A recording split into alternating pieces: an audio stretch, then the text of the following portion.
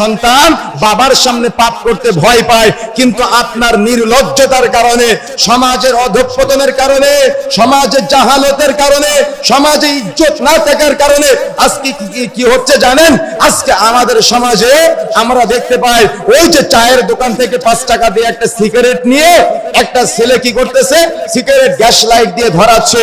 ধরানোর পরে তার পাশে মুরব্বি দাঁড়িয়ে আছে, তার পাশে আলেম দাঁড়িয়ে আছে, তার পাশে তার বাবা দাঁড়িয়ে আছে, তার পাশে তার মা দাঁড়িয়ে আছে, তার পাশে তার সন্তান দাঁড়িয়ে আছে, তার পাশে কোনো মুরব্বি দাঁড়িয়ে আছে, নাকি তার পাশে মসজিদের সভাপতি সাহেব দাঁড়িয়ে আছে, নাকি তার পাশে মসজিদের খতিব সাহেব দাঁড়িয়ে আছে।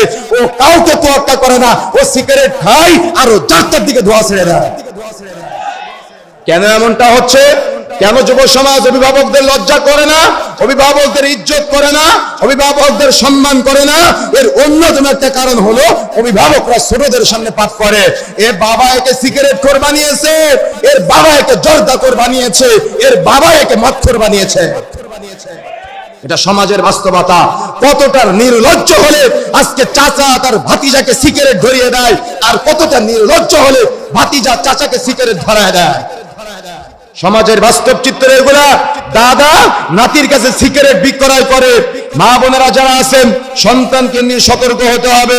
আপনারা সন্তান এই ভুলগুলা করতেছে, আপনারা ছাড় দেওয়ার কারণে আজকে যুবক ভাইরা যারা আছেন, মুরব্বীরা যারা আছেন, সতর্ক হতে হবে।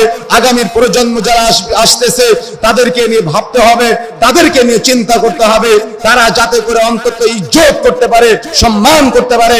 আমরা এতদিন দেখতাম মা বোনেরা যদি অন্তত একজন আলেম মানুষ আসে, ইমাম সাহেব আসে, খতিব সাহেব আসে, অন্তত মাথার কাপড়টা টেনে মুখের নিচে নিয়ে চলে আসতো।